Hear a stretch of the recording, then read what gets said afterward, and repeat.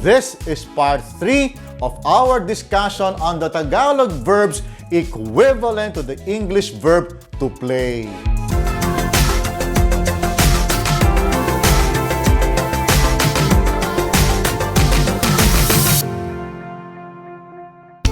Kumusta po kayo? Let's continue our journey in learning a beautiful language, Tagalog, the language of the Philippines.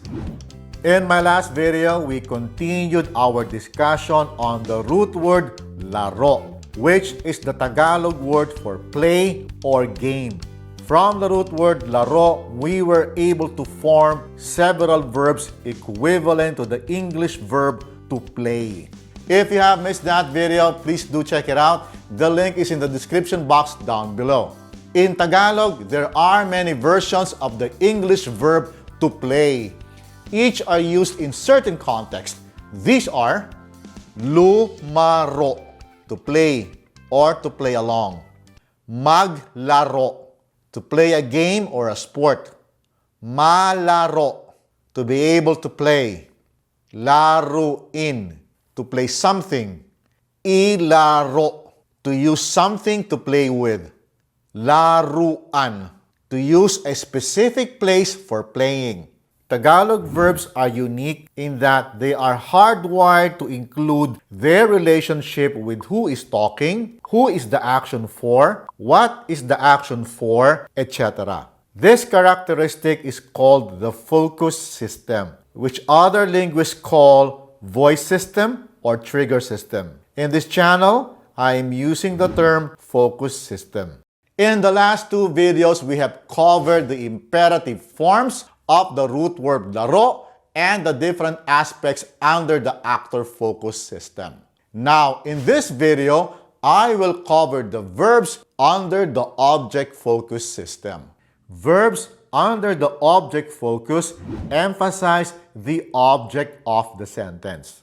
We will use them in simple sentences in the progressive, completed, contemplative, and also in the recently complete aspect. This is how Tagalog verbs are conjugated and not by tenses. So, tara, simulan na natin. Let's begin with the progressive aspect or nagaganap. This is when the action is currently happening. The verb linalaro from the infinitive verb LARUIN is to play with something. Like, linalaro ko ang Xbox. I am playing Xbox. Linalaro niya ang bola. He or she is playing with the ball. Linalaro nila ang aso. They are playing with the dog. Linalaro namin ang sanggol. We are playing with the baby. Ayos ba? Let's have some more examples. Here's another verb. Ilinalaro ko ang alas ko. I am playing my ace. Ilinalaro niya ang kanyang baraha. He or she is playing his or her card. The next verb comes from the infinitive verb LARUAN. It is seldom used, but it will be good to know that it exists. Linalaruan ko ang kwarto ko. I am playing in my room, or I am using my room to play in. Linalaruan ko ang kama. I am playing on the bed, or I am using the bed to play on. The verb naglalaro from the infinitive verb maglaro is used more often. Like for example, naglalaro ako sa kwarto ko. I am playing in my room. Naglalaro ako sa kama. I am playing on the bed. Please note that this is an actor-focused verb. As such, the focus is on the actor or doer of the action, which is the subject. Cool? Now, on to our next examples. Let's try the completed aspect or naganap. This is when the action has already occurred, hence, the action has already been completed. Linaro ni Ed ang Xbox. Ed played with Xbox. Linaro ng atleta ang bola. The athlete played with the ball. Linaro ng bata ang aso. The child played with the dog. Linaro ni Lola ang sanggol. Grandma played with the baby. Ilinaro ko ang alas ko. I played my ace. Ilinaro niya ang kanyang baraha. He or she played with his or her card. Linaruan ko ang kwarto ko. I played in my room or I used my room to play in. Linaruan ko ang kama. I played on the bed or I used the bed to play on. As mentioned earlier, this verb, which comes from the infinitive verb laruan, is seldom used. Use the verb maglaro instead.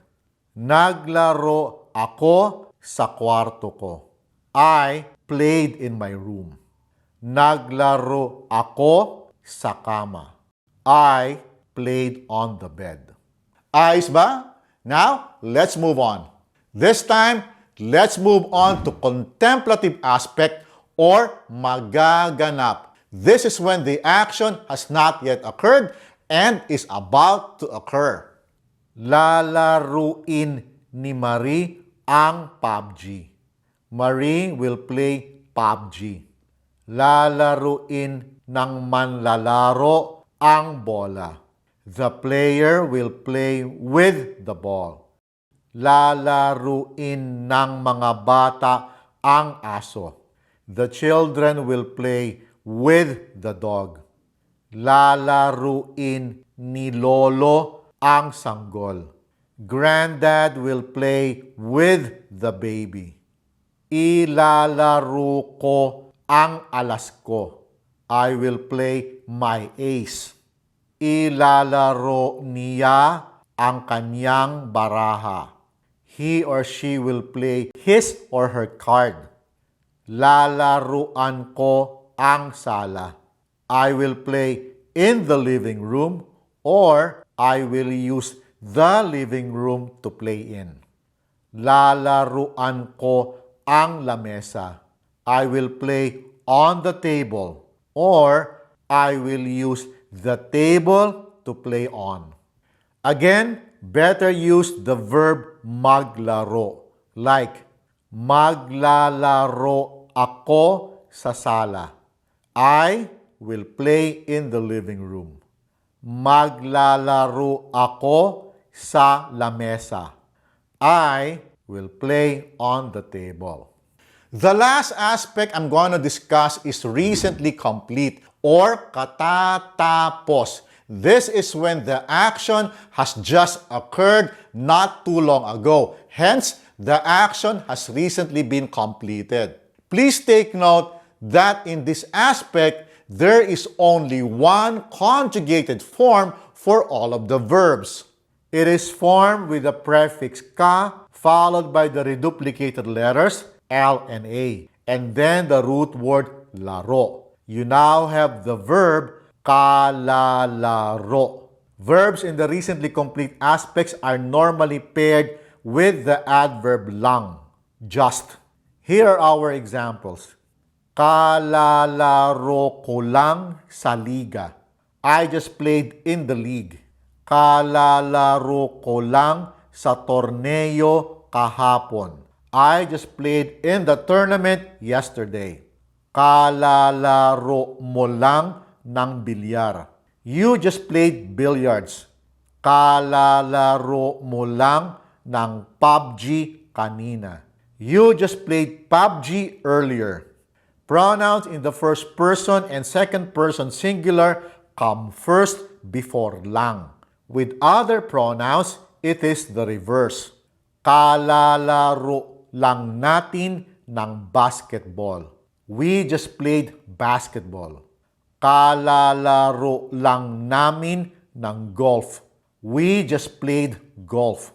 Kalalaro lang ninyo sa palaro. You just played in the sporting event. Kalalaro lang niya ng baraha niya. He or she just played his or her card. Kalalaro lang nila sa plaza. They just played at the plaza. Kalalaro lang ni June kagabi. June just played last night. Kalalaro lang nina Anton at June ng football noong isang linggo. Anton and June just played football last week. There you have it.